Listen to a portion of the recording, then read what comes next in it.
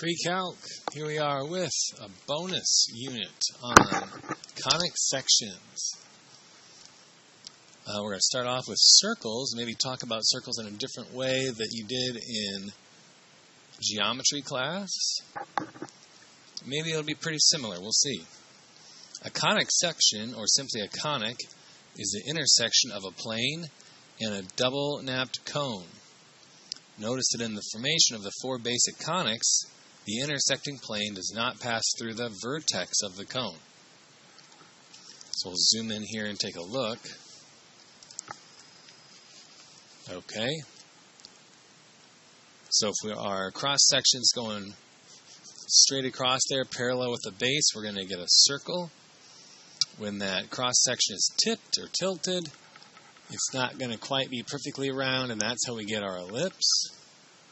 Now, if the cross section goes out the top or out the bottom of the cone, we're going to get a parabola. Right through the vertex, that's where we're going to get a point. The diagonal will have a line. And if we do both diagonals, we'll get two intersecting lines. Okay, we're probably going to mainly spend our time looking at a circle, an ellipse, a parabola, and the hyperbola. We got the one going up and one going down at the same time. The circle might look pretty familiar to our geometric understanding of it. The ellipse and hyperbola will definitely be new, and the parabola is going to be probably a different way to think about it than we have thought about it before. Might stretch your brain here a little bit. When the plane does pass through the vertex, the resulting figure is a degenerate conic. Okay, there are several ways to approach the study of conics. You can begin by defining conics in terms of the intersection of planes and cones, as the Greeks did, or you can define them algebraically in terms of the general second-degree equation, ax squared plus bxy plus cy squared plus dx plus ey plus f. So you got your x squared, you got your y squared, you got your x times y, regular x, regular y, and then your constant. However, you will study a third approach, and this is where it gets a little bit different, in which each of the conics is defined as a locus, or a collection of points satisfying a geometric property. For example, a circle is defined as the collection of all points, x, y, that are equidistant from a fixed point h, k. This leads us to the standard form of the equation of a circle, x minus h squared plus y minus k squared equals r squared. So that is your basic formula for a circle and where it's coming from. A circle is a set of all points in a plane that are equidistant from a given point in the plane called the center. Any segment with endpoints at the center of a circle is a radius of the circle. Assume that x and y are coordinates of a point on the circle at right. The center is h, k, and the radius is r. You can find the equation of the circle using the distance formula. Okay, our distance, or the radius, is set value, will equal the square root of x2 minus x1, so x minus h, plus y2 minus y1, y minus k.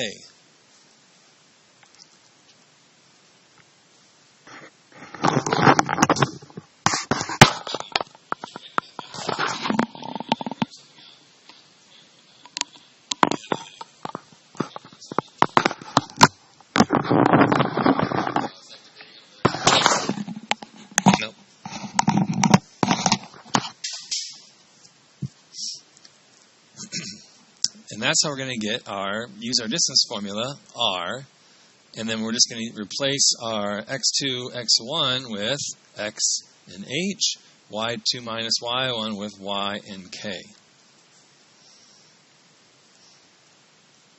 So write the equation of a circle with center 3, 4, and a radius of 5. Okay, don't overthink it. This is pretty much like geometry class here. We got x minus h squared, y minus k squared equals r squared. Go ahead and plug in your x. Well, this is not your x and y. It's your h and k. H and k. And your r.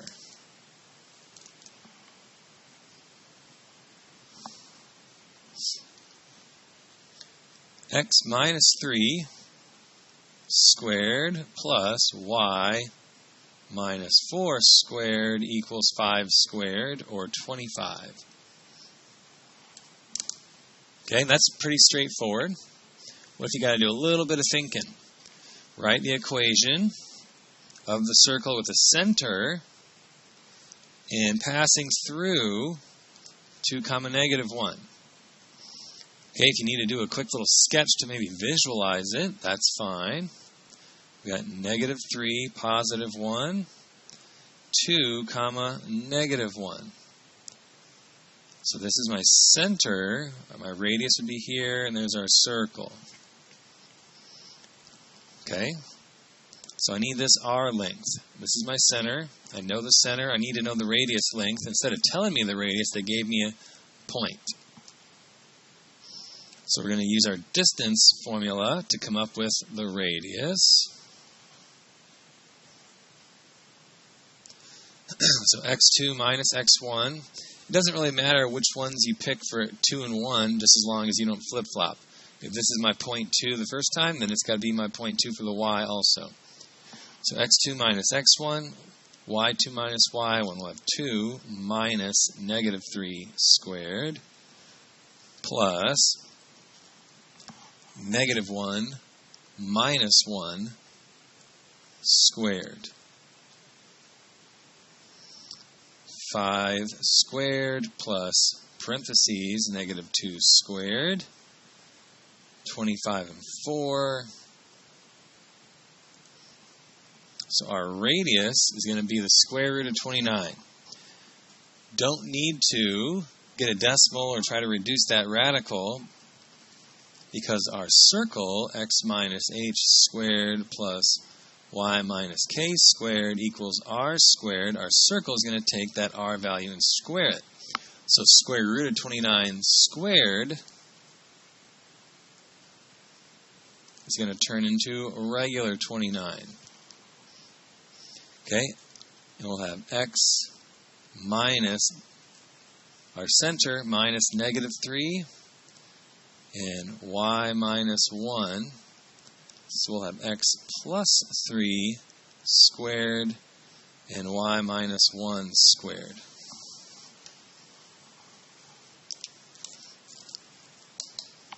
Fun stuff. Geometry review.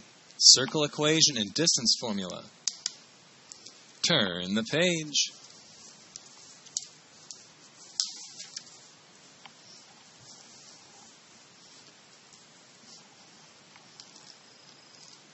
Okay, find the center and radius of a circle and then graph it.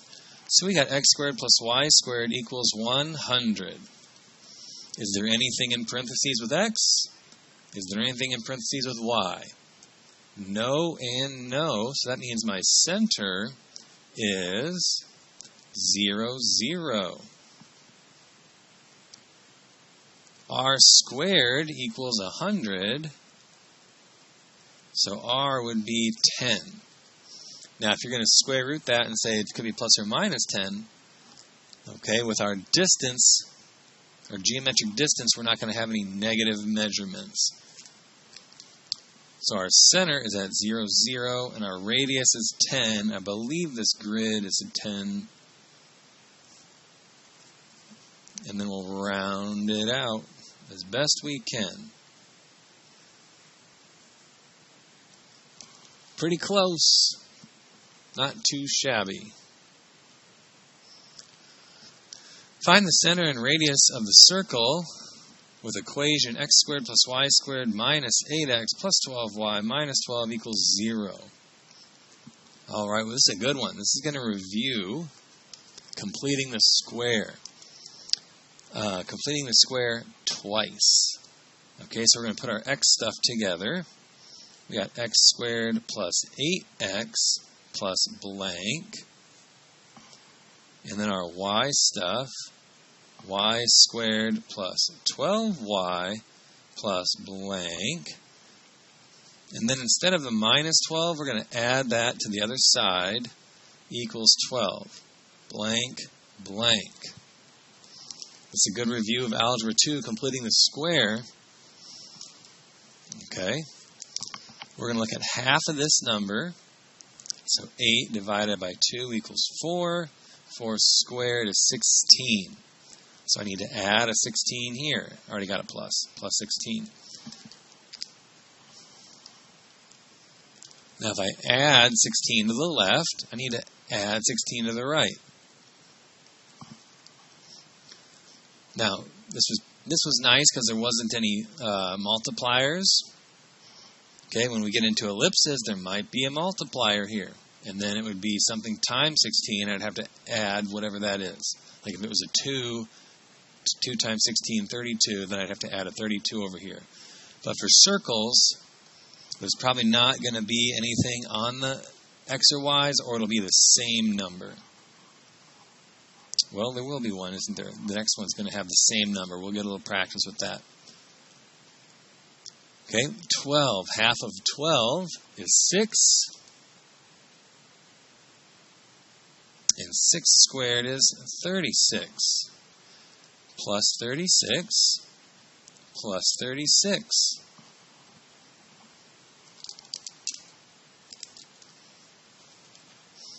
So we have x plus 4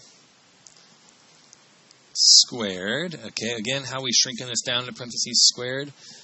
X squared plus 8x plus 16. If you were to factor that out, that would be x plus 4 times x plus 4. What multiplies to 16 and adds to 8, positive 4 and positive 4. Okay, it's also going to be that half number that we just did. 8 divided by 2 is positive 4 plus 4. And on this one, we'll have y plus 6 squared. Okay, if you want to think about it in terms of factoring, what multiplies to 36 and adds to 12 would be a plus 6 and another plus 6. Okay, otherwise over here, half of our 12 was 6. That's where that's coming from. Equals 64 if we add all those up. So our center is opposite, opposite. Ooh, I lost a minus. Where did I lose a minus at? Oh, it was a minus 8x. Who caught that? Raise your hand. I'll pretend I can see you. So that would be a minus. That's still going to be a plus 16. It won't change that. Okay, because half of negative 8 would have been negative 4. And then negative 4 squared is still positive 16. So we're still going to be okay with that. So our center should be positive 4 and negative 6. And our radius, this is r squared, so our radius should be 8.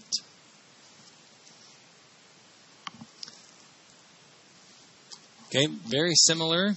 You guys can sketch a graph over here. We're all right with that. Very similar here. We'll have 9x squared, I'll catch it this time, plus 18x blank, 9y squared minus, caught it that time, blank, and then we're going to subtract the 14 over. Okay, now both of these we could take a 9 out. It's tempting to kind of divide. If this would have been a nicer number, we could divide everything by 9. We'll pull the 9 out of just this one, and now it's x squared plus 2x plus blank. And we'll take the 9 out of that as well, parentheses y squared minus 2y plus blank. Negative 14, blank, blank. Still the same game. Half of 2 is 1, and 1 squared is 1. But this 1 is inside parentheses times 9, so this 1 is really a 9. So if I add 9 to the left, I got to add 9 to the right. Half of negative 2 is negative 1. Negative 1 squared is positive 1. And again, it's a positive 1 inside of parentheses times 9, so that positive 1 is still, it's like a 9. So if I added 9 to the left, I got to add 9 to the right. 9 parentheses. Okay, this is going to reduce to x plus 1 squared. 9 times parentheses y minus 1 squared. Half of the middle number, equals positive 4. And then finally here we'll divide by 9. Everything by 9. So we'll have our x plus 1 squared by itself, y minus 1 squared by itself, equals 4/9. It's kind of a weird one, but it is okay. It's kind of nice too, because it does square perfectly here. So our center is negative 1, 1. And our radius, the square root of 4/9, would be 2/3. Thankfully, we don't have to try to graph that with a radius of 2/3. Okay? Fractions are scary, but they're not terrible. Sometimes they work out nice. You're in pre-calc, you'll be okay. All right, so there's our notes on circles. A little bit different maybe than we thought about them in geometry. Now we'll have a little worksheet for you to work on here and practice those skills. Good luck, folks. Thanks for watching.